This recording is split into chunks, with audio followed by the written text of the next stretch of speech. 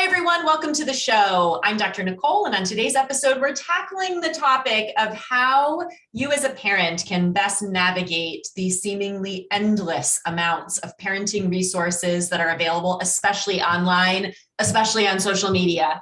And how do you know what's actually based in research versus what's just somebody's opinion? How do you know what applies to you?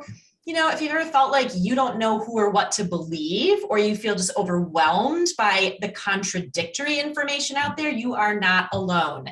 There's actually a lot of science behind parenting, including everything from parenting styles to discipline strategies, to play, to sleep, to all kinds of things. And my guest today is neuroscientist Dr. Cindy Hovington. She's going to help us think about how we can make sense of all the information out there to best support our kids. Let me tell you a little bit about her.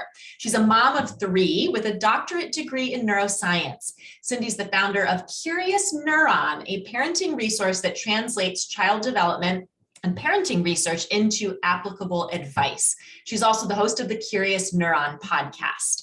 Her goal is to help parents learn how to nurture their child's brain development while also remembering that parents need to nurture themselves. Boy, is that true. I love that.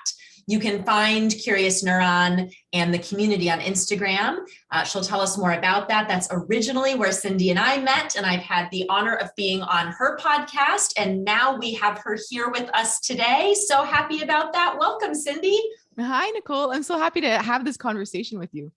I think it's so important for parenting in general. And then also when we get into the realm of parenting a child who maybe has some additional challenges, diagnoses, the internet has been an amazing thing from the standpoint of allowing parents to find each other, to have community, to access things that, 20 years ago, they were maybe combing a few books at the library, to try to get information out. So it's been great in that way. But it's the other side of that is there's so much, it's difficult to know what's accurate. It's difficult to know what to apply. So I think this is just such an important topic for people. And I love that you're really focused on this.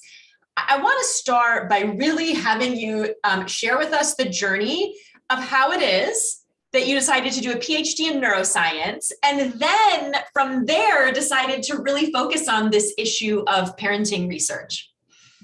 The answer is simple. I became a parent. That's right. So I was doing research at McGill University here in Montreal, and I was studying schizophrenia. And when I had my first child, I wanted to stay home a little longer than the amount that we were supposed to stay home. And that led to me really questioning what I wanted to do with my, with my life and my career. And I wanted to place my family first and in my situation and really take the time to be home. And I didn't want to leave research. Like a lot of people thought, my family was really disappointed, why after all these years of studying, I was doing a postdoc at that point, and, why are you leaving? And for me, it was just, it was bittersweet, like something was telling me to stay home. And in the end, it worked out really well because science outreach and translation was something I was always passionate about during my PhD. And I volunteered a lot and taught in schools.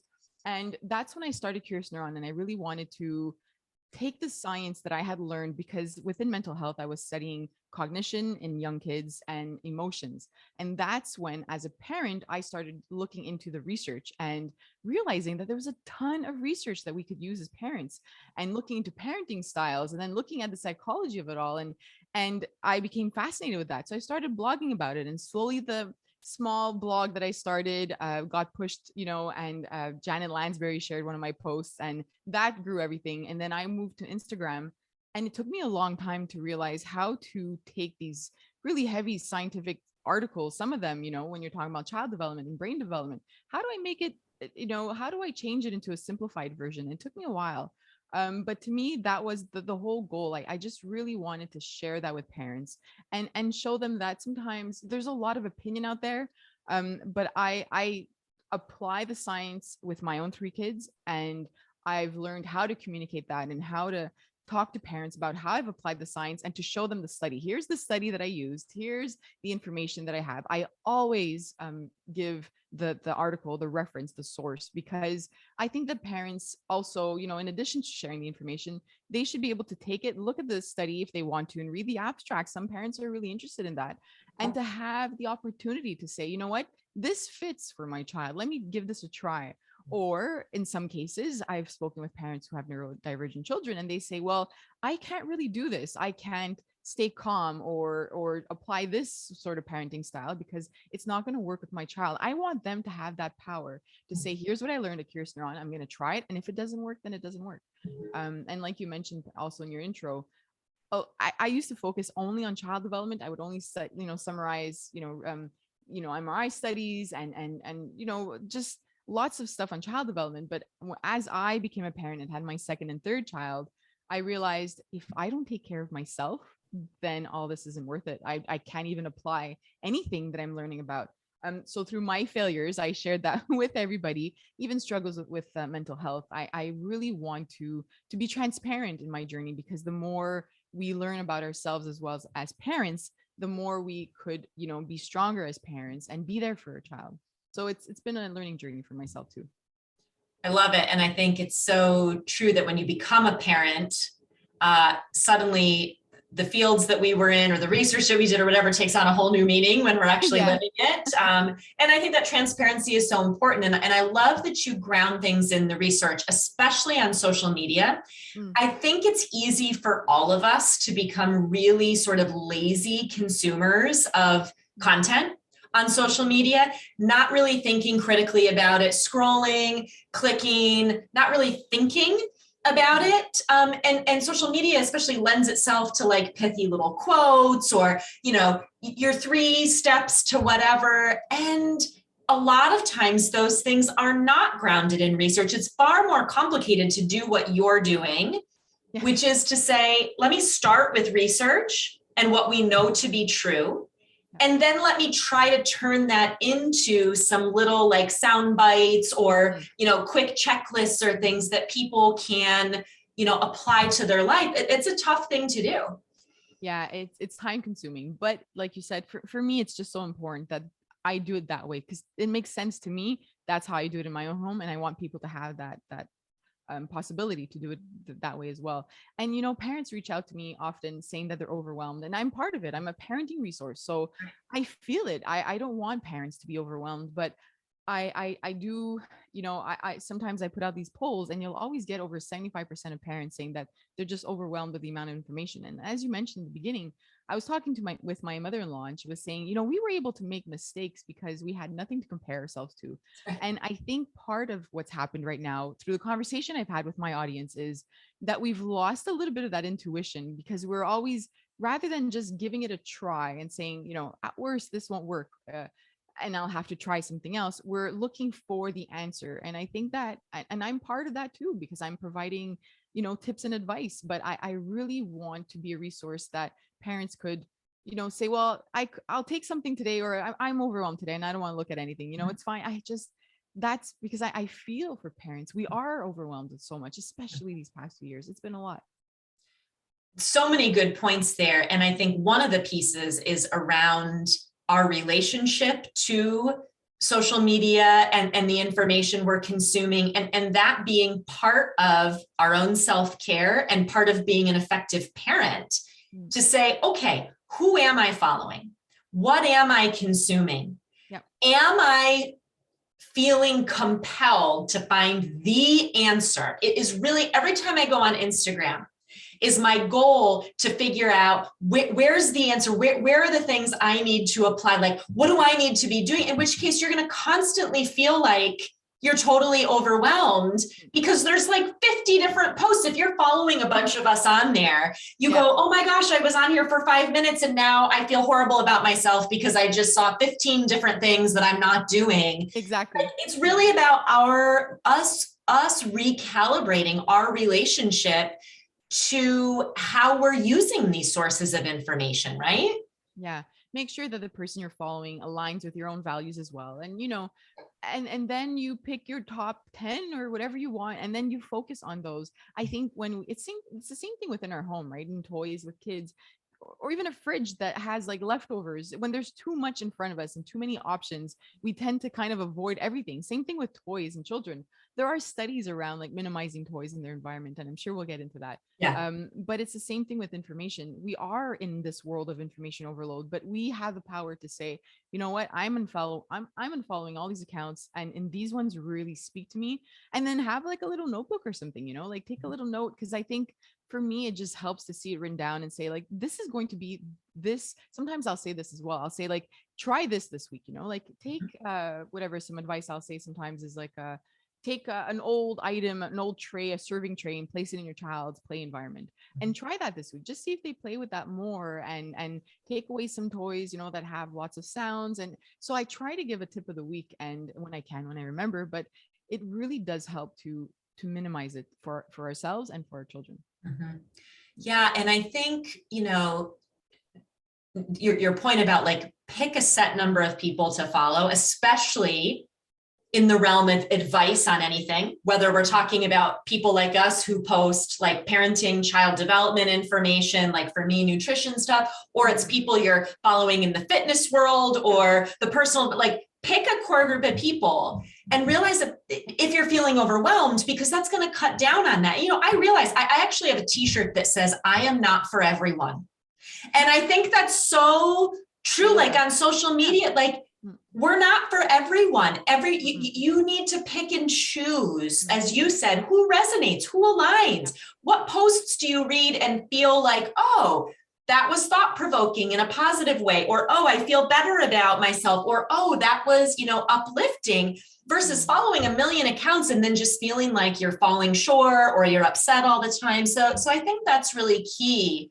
And I think the other piece that's coming to mind in talking about this consumption of information is, especially on things like social media, to realize that your mileage may vary, right? Like Cindy, you and I are pointing out things that fundamentally are helpful for a lot of people, or that the research shows are effective for a lot of kids or a lot of families. And nothing that we're posting is going to be 100% applicable to every single person's kid and situation. And yet, I don't know if you see this in comments on things you post, but, I'll get comments around like, well, what about this? Or that doesn't apply because of that. And it's like, right.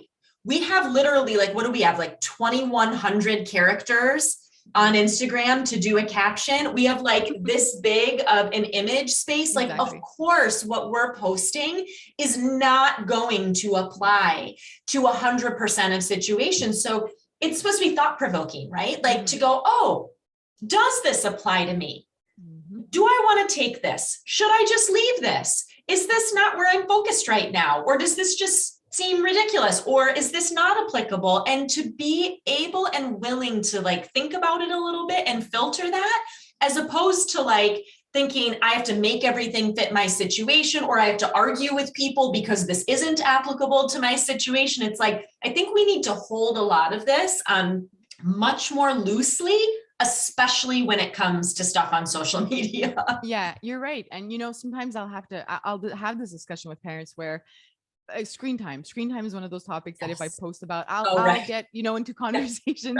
I'll say conversation, but it's, but because I think from what I hear from parents is that if they read some sort of advice and they haven't applied that, they feel guilty, like, what did I do wrong?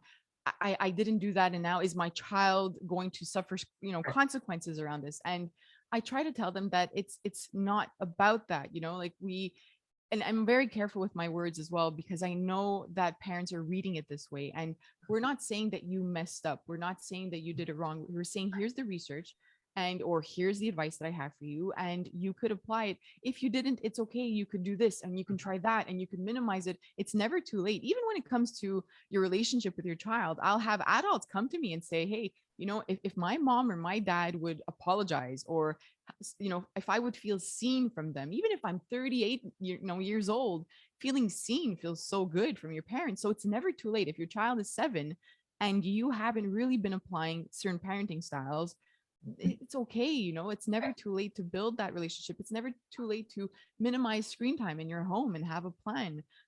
So I want parents to know that, because if you, like you said, you're consuming this information, but then that inner dialogue, if it's all about putting yourself down and thinking that you've messed up and you failed, you haven't. This is just advice. Take it.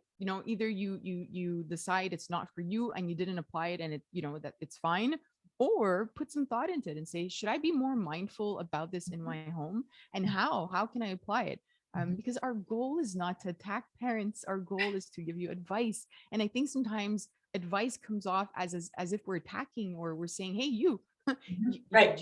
did you show a screen to your child? Is your 2-month-old holding a tablet? And that's not my goal. If I'm talking about the research saying that we shouldn't have screen time under the age of 2, that's just the research. If you chose differently in your home, that's fine. And here's what I recommend. Here's from what I read, and then you do what you want with it.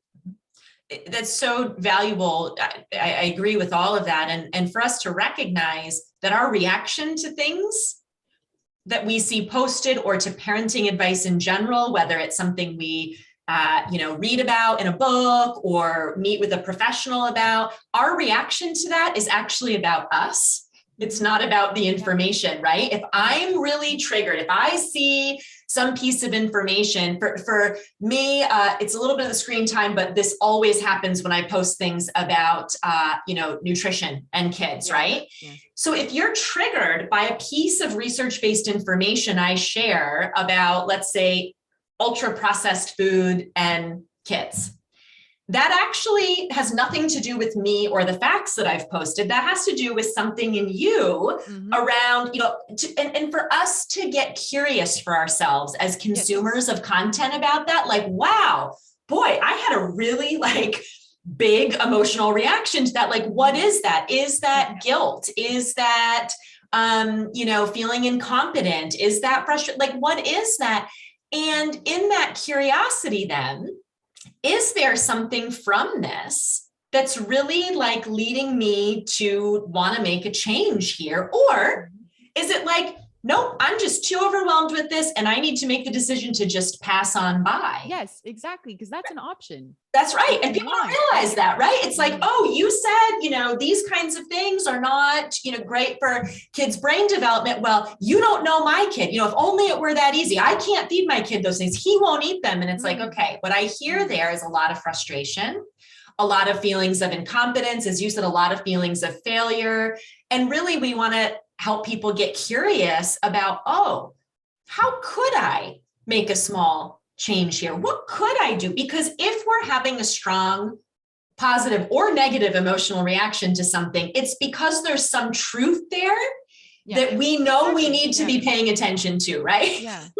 But that's the hard part as well, right? So same thing for myself. By the time I had my third child, the diet in our home changed a little bit, because I had less time. I had a third newborn, right? And I had been cooking all my meals, and then all of a sudden I needed to find things that were cooked and ready and that I could just throw into the oven. And I had a lot of guilt around that time. And now I realize it was a period of time and I moved past it. That's right. During that time, I had to show self-compassion and tell myself, what, the kids are eating, they're fine. I know that I can balance it throughout the week. I know that if they had 1 or 2 days where I made something easier, I'm going to offer them a salad or more vegetables for a snack, the little places that are easy for me to put those in. But dinners, I just couldn't do it. I had a crying baby in a carrier on me, and I had a toddler that was crying. I had a preschooler, so I think we really need to give ourselves grace and show ourselves that self-compassion. And you mentioned curiosity. This is something I always tell parents to approach something within themselves, within their child, within their partner, within each other in the community, to approach with curiosity and compassion, both of them. Because if we do approach all these situations, including a person who's posting information and advice, with curiosity first, wondering, hey, okay, why is this triggering me? And then compassion, it could be for yourself or for the other person. Then all of a sudden the dialogue changes within our community, and we're not attacking each other, and we're not, we don't just, I don't know, maybe I just see the good, but once I posted in my stories, I don't post a lot about my daily life, but I just happened to post a salad that I made that had iceberg lettuce in it. And I received a DM saying, saying, how dare you post I, iceberg lettuce? right? You are a woman with a doctorate degree, and we are following you for science-backed information. Yep. That is disgusting. Those are the words. I Yeah. will never forget that DM. Yeah. And my response to that was, it was on sale. I love it. It was on sale. I have 3 kids. I usually have arugula, and I usually have other things, but it was on sale that week. Right. And really, is that what we are bringing ourselves down to? Yep. And I don't know. Yeah. Which I love that you shared that, because I have so many examples of that. Like, what comes to my mind is, this was several years ago, and I posted a picture of my kids and I outside on a beautiful night with a fire, and we were roasting marshmallows. And oh my gosh, the onslaught about like how on earth I could be promoting that any child eat marshmallows. And, now I just sort of laugh about it, because I realize that's about the other person. If you're so significantly triggered by something like that, that's something to examine for yourself of, why am I so triggered by that?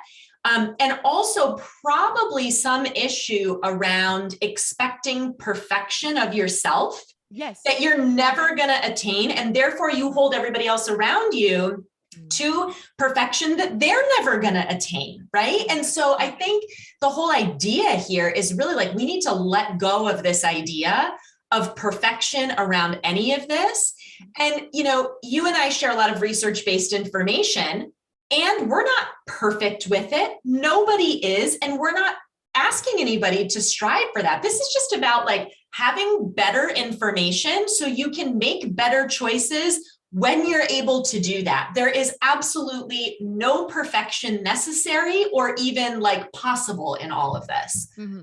I think when we leave the hospital with our children, somebody should tell us, looking at us straight in the eyes, saying there is no such thing as a perfect parent, because we need to know that we have, maybe parents and in-laws on us trying to, testing or observing everything that we're doing and bringing their comments in. But if we can just have that confidence that I need to do what works best for my family, I will never be perfect. And it's okay. I post my errors and my mistakes within my home too, because I want parents to know that even if I'm sharing the information that I learned in research, it doesn't mean that I could apply it all the time. Yelling is one of those things that comes up very often with parents. We have guilt around yelling, and I get it, because we yell at our children, more than anybody else probably, and there's a lot of guilt around that. But children will not respond the same way that an adult will. A child might have a tantrum, and we might be, tired that day or stressed that day. If we kind of start observing our own needs, and then we'll understand a little bit more why we responded to a child that way. And it's okay to yell. Obviously, what I try to help parents with is, about emotion regulation skills. And if you can control and manage your own emotions, then you can help teach your child that. But in all of that mess of the day, in the chaos, there will be moments that you get frustrated. There will be moments that you lose your cool, and that's fine. But I don't know. I like the 80-20 rule for everything, life, business, and parenting, right? Like, it just works everywhere. And I think that we can do the same thing as parents, where whatever information we see, screen time, if you've read, don't give a tablet, I don't know, wherever, the restaurant or in the car. If there's a day where your child just doesn't want to get into the car and you're going to be late for an appointment or for work, give the tablet. It's okay. You cannot apply everything that you read every single moment in parenting. And that's what parents have to know as well. So good. Absolutely. Let's delve into a bit of the science and some of your favorite topics around this. I want to start with all the years that you've spent in neuroscience research and parenting and all that. What do you feel like is the most important piece of advice from the science for a parent to start implementing? If there was one thing that you would say, okay, this is a thing that I think is valuable for us all to focus on, what would it be? It's hard to focus on one thing, but I do want to talk about like the parenting styles. So there are 2 things that are really important: emotion regulation skills, which is managing your emotions. But let's talk about the parenting styles, because it fits all together. But I think back to how I was parented, and again, my parents didn't know any better, and then my mom became a single mom, and they parented very strictly. It was all about boundaries and limits, and I'm not your friend, and you have no say, and this is how it is in my house. And again, they weren't doing it in a malicious kind of way, but now we know from research that there's authoritarian parenting where it's all about rules and there's no warmth and connection and empathy from the parent. But the kind of parenting, authoritative parenting, is balancing those limits and boundaries, because children need limits and boundaries. And I actually had a really good discussion with somebody about this, which I'll talk about. But balancing the warmth and balancing the boundaries and limits with the warmth and connection. Children need both of those. They need to be nurtured, but they also need to be guided through limits. And the reason why I wanted to bring this up as well is because a parent was arguing with me the other day saying that limits and boundaries cause mental illness and that there's research around this. And and so I created a post around it this week, actually, on Instagram. And so you can look at the studies, and what happens is that there's something called permissive parenting, which is all about the warmth and the connection. And I think this is a really big misconception right now in parenting advice that we see out there. Like, there's a lot of talk about, I don't know, conscious parenting and positive parenting and attachment parenting, whatever you want to call it. Peaceful parenting, gentle parenting, empathic parenting, like, oh, yes. Oh my gosh, yes, right? But all of those, the misconception is that we have to be our child's best friend and anything goes. And that when we talk about showing warmth and connection and empathy, that it doesn't matter if they hit their sibling, we're there for you and I'll be there for you. That's not what authoritative parenting is. I get them mixed up. Authoritarian is being strict and authoritative is balancing the warmth with the boundaries. So that's the misconception. We don't want it to just be warmth and connection, because a child will not know where to set their limits. And what's going to happen is, as they're older, without these boundaries, they're going to struggle with their emotions and with mental health at that point, because when something uncomfortable happens, they won't know how to navigate that and internally. So I really want parents to know that when we talk about the kind of parenting that leads to a child thriving and doing well in school, there's a lot of research around this type of parenting style. You really do have to bring in the boundaries, and those, I know that it makes kids uncomfortable and it makes us parents uncomfortable as well. I only started setting boundaries for myself as an adult, like maybe five years ago. Honestly, like I had never been taught about boundaries as a child, and I was a yes, everything person, like I just wanted to make people happy. Now I understand that it came from my own way of parenting, and it was so strict and I had no say, that as an adult, I thought I had no say. And I became a person that just, did whatever people wanted. And hey, I had no boundaries. But the more I started setting boundaries, the better my mental health became and the stronger my relationships became with people, because I was able to set my boundaries with friends and family and say, no, you know what? I'm not taking this phone call because this particular family member, I know it's going to end up not in a great conversation. So I'm not answering right now. Those are important for us. And it starts as a child, that with their children, them seeing that there are boundaries. They can't just have a box of cookies before bed. If that's your boundary in your home, no, will lead them to discomfort, to cry, to have a tantrum. But you need to maintain this boundary as uncomfortable as you are. And if you really, really are struggling maintaining boundaries, I spoke with a therapist, and then I read some books. There's a book about boundaries. I forget who the author is, but it's a really great book. Nedra Tawwab. Yes, that one. Yes. Nedra's book, yeah. And there are ways that we can learn how to do it. It's always I'm still working on it. Sometimes I give in and I regret it immediately, but we have to work on that. It's really important. I think it's interesting that somebody came at you that boundaries in parenting lead to mental health problems for kids later on, because as you're saying, and I just want to be clear about this, absolutely the opposite is true. Yes. When kids are just in a permissive environment where parents are allowing them to have and do whatever they want, that's actually super anxiety provoking for kids to go, wait a second, I'm a little person and I'm being allowed to be in charge of everything. Where are the guardrails? Yeah. Who's in charge? Who can I look to for safety, for helping me manage? And so it's really important for adults to understand that yes, we can be warm and empathic, but kids also absolutely need those boundaries. And for all of you listening who have children who maybe are neurodivergent or developmentally delayed and or have some unique developmental things going on. This all stands true for you too. I think this is another misconception. Yeah. That and frankly, it's been perpetuated by professionals around, well, you have a child with X, Y, or Z diagnosis, therefore the typical ways of parenting don't apply to you. Well, wait a minute.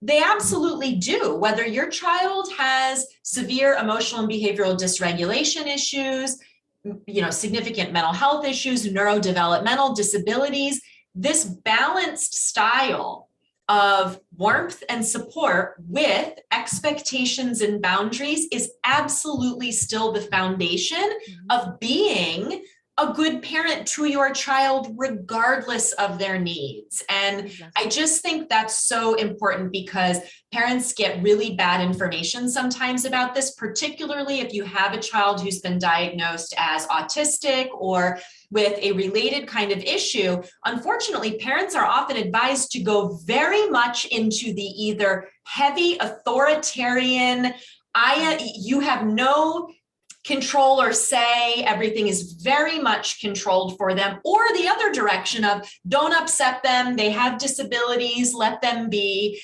And both have real problems. And so what you're talking about with this balanced approach is key for all kids. Mm-hmm. And the degree of warmth that you will show will change, right? So I've had parents reach out to me and say, you talk about warmth and sensitivity and connecting with your child. My child, they had a neurodivergent child with oppositional defiant disorder. And she said that with her child, that connection, it wasn't just because I would talk about 10 minutes of connection. With her, it was an afternoon of connection on weekends. And without that afternoon, she would struggle with her child's behavior. But she noticed that when she did apply it, it made a big difference. So that's why I also want parents to know that, yes, every child is different and every parent is different. But this sort of guide for how you're going to parent will make a big difference. And then you have to test little things with your child. 10 minutes a day after dinner might help with bedtime because you've connected with your child. And all of a sudden now when it's, time to go to bed, yes, they're going to be upset, but then you show them that's the boundary and they move forward. That might help with one child, and with another child, it might be different, but you're still balancing that warmth with the limits and the boundaries in your home. And there are lots of studies as well showing that authoritarian parenting that's all about rules and limits leads to higher levels of conduct disorders between the ages of 5 and 7. So, and it's not to say everybody, their correlations, their relationships, but they do see that because there's missing that connection and that warmth from your parent. Absolutely. So good. I want to delve into a little bit about research around kids' brains, brain development, and things that, as both a neuroscientist and a parent, you feel like would be helpful for parents to understand about their child's brain development. Because when we understand some of those things, it actually helps us to be more empathic, to maybe set better expectations, right? So what do you feel like are some of the key things that parents need to understand about what's going on in a child's brain? Yeah, the frontal lobe, which is right behind your forehead, is something I like to talk about because it's developing and it'll continue to develop until about the age of 25. So I want parents to know that this part of the brain helps you to kind of think things through. It's the being, rational. And what happens is, around the age of 1.5 or 1 or even up to 2, a child starts having these tantrums. Some might not. There's actually a small percentage of children that don't have tantrums. I know parents don't believe me, but it exists. But on average, children will start to have these big emotions around that age. And that's because the amygdala, the emotions part of the brain is functioning very well. And it's having, it's experiencing frustration and disappointment and anger and sadness. And then that part of the brain talks to the frontal lobe and says, hey, I'm frustrated right now. What do I do with this? And the frontal lobe, being, only 1.5, says, well, I don't know what to do with this. Let's just smash the blocks. Yeah. Versus us as adults, we could be at the office and our boss tells us something that we don't agree, and the amygdala will be frustrated and say, ask the frontal lobe, what do I do? And you're like, well, walk away. So there's a very big difference in that development, and that part is so important. In addition, in that sort of network connected to the amygdala for our emotions is the sensory part of the brain. And I want parents to know that because I myself didn't realize that one of my emotional triggers was sensation, was a lot of noise around me. I didn't know this. I mean, I went to concerts when I was younger, I don't know, before kids. And only after having kids, around 4-ish, I would say, PM at night, I'm home during the day with my 3 kids who are 2, 4, and 6. So at some point, that noise level, I don't know, I reached my threshold. So that part means like that, me reaching that threshold means that at some point I'm probably going to yell Mhm. because I no longer have control of my emotions. It's that trigger for me. Same thing happens with their kids. So sometimes a lot of kids who come back from preschool or daycare or school, you'll notice a difference in their behavior around that time, and it's because their sensory cup, or that part of the brain is overstimulated. It could be because of a lot of noise at school. It could be because of a lot of screen time if they happen to have it. So any of the senses that we have could be overstimulated. And then we notice behavior changes in our kids. So I try to, if a parent is noticing this after school or daycare, I ask them to take note first. Like if you're seeing behaviors with your child, take note. And then if you notice it's happening around that, try to maybe bring down the lights, or no screen time when you get home, or quiet time for 10 minutes with just a book, or something. Depends, every child is different again. So just be aware of that. Be aware that the sensory part is connected to the emotions, and then emotions goes, and asks the frontal lobe, what do I do with this? So it's an entire network that really makes a difference for our kids. So once we understand that network, we could say, hey, I'm seeing these big emotions in my child right now, but I get it. I get that they can't control them. It's not their fault. And I like coming down to my child's level, because then I could be like, I don't want to be hovering over them. I come down and I'm like, are you having trouble right now with your emotions? You asked for the blue cup and I gave you the blue cup, and they're crying.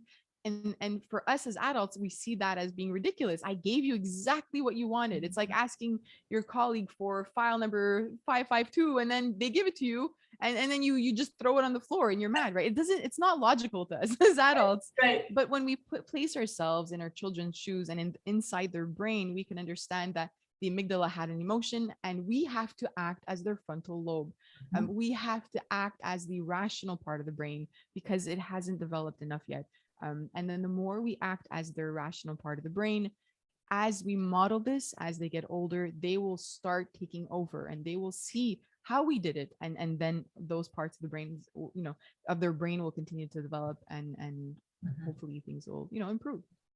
And I'm so glad you raised this. Two things that come to mind around this. The first is that we tend to think of kids from a brain standpoint as being mini adults, and we set expectations for their behavior or their responses to things in accordance with how we think about it. And so what's so important about what you're saying is, wait a minute, no, they literally don't have the brain connections in the frontal lobe to do that. And quite frankly, if we look at the behavior of a lot of adults, especially, these days, there's a lot of adults who aren't, doing too hot in that category either.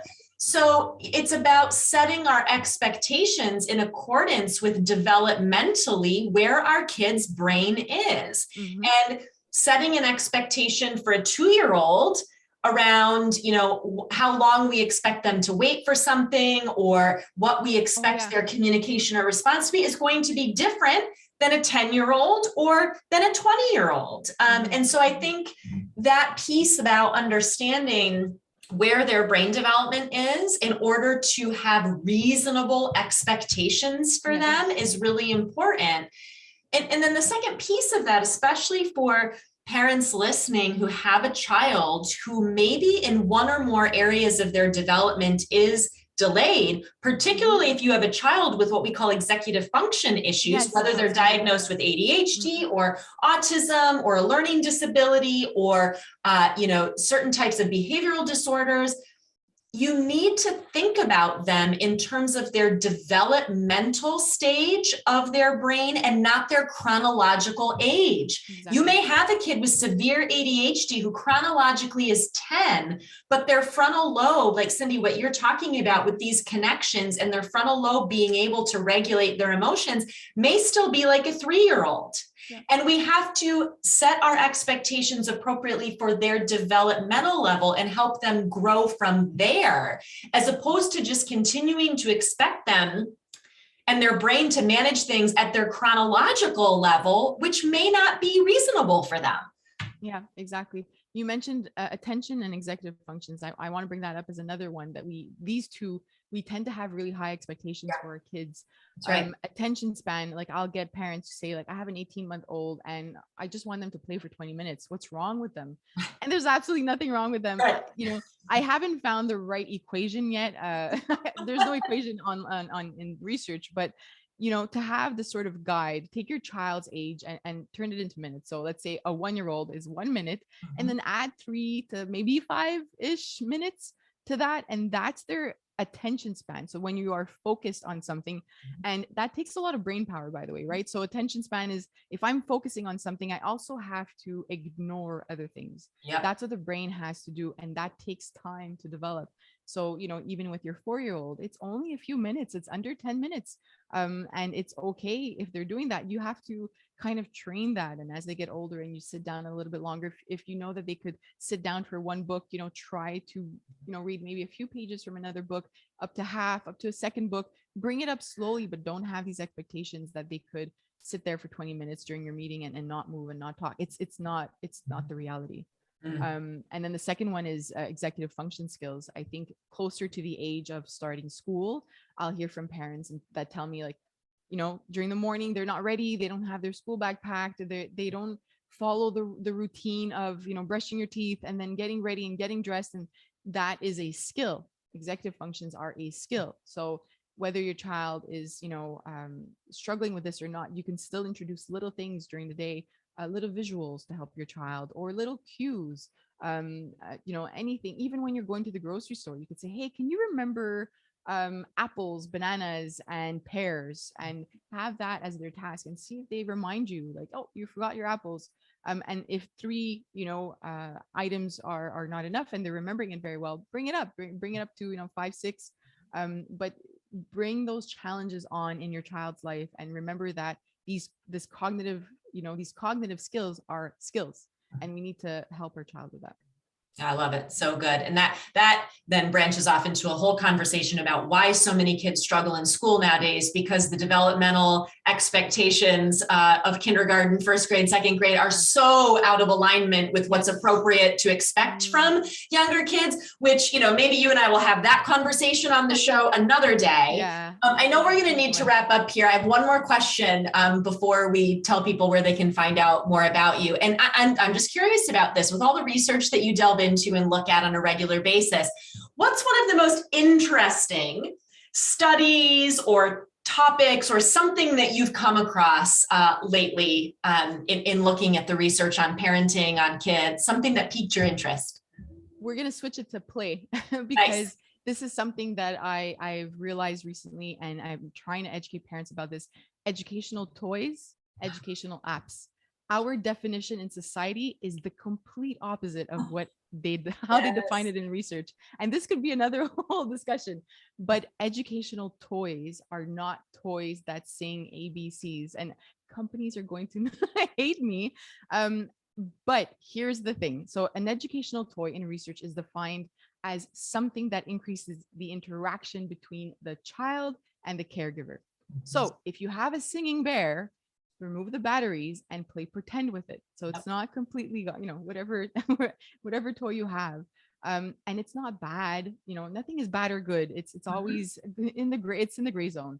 You know, you can have some of these toys, but I want parents to know that an educational app is not necessarily something that will teach a child how to read at 2 years old.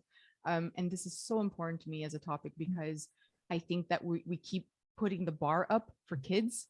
And I keep getting parents asking me, I was just actually interviewed for a magazine the other day, and they wanted to know signs of a smart child at like 18 months. You know, is it because they've reached developmental milestones so early? Right. And I said, before I answer any of these questions, I need to here's where I stand. Because because a child is walking right before a certain age, it's not that they're smarter. And we that word smart, what is smart? If you look at research as well, you have to be creative, and you have to be flexible in your thinking. You have to manage emotions. Managing emotions is literally what they include in the definition of a child who will thrive and succeed and who's intelligent. Because if you cannot sit in the classroom and feel disappointed and not lash out, you're going to struggle with relationships, with work. So these educational toys, they're marketing very well and they are making us think that we need to have all of them within our home. We don't. We think back to us, myself growing up, we were outside all the time. True educational play is open-ended. It's going outside, it's being in the home and exploring, it's having toys like building blocks and Legos and whatever it is. Open-ended means that it's not a button that you press and it does one function. And this is something so dear to me because we have completely not messed up, but changed what play is. And we've done it because of commercialism and everything that's being placed in front of us, making us think that that's what they need. A child could play with an empty Kleenex box and they're developing, and we're supporting their development. They can play with rocks and mud outside and we are supporting their development. Being bored, please let children be bored. They really need it. That's where thinking outside the box and creativity, give them freedom. We tend to hover also as parents, and I did it too with my firstborn. You would play with them, and instead of letting them take control of play, they're masters of play, by the way. They know exactly what they want to do. And if we just step back and watch them play with the figurines and say, like, you could take the zebra and the giraffe and just slowly move into their little world, and they might tell you, well, the zebra's in charge and the giraffe is the daddy or the mommy or whatever it is, and then you just follow what they're saying.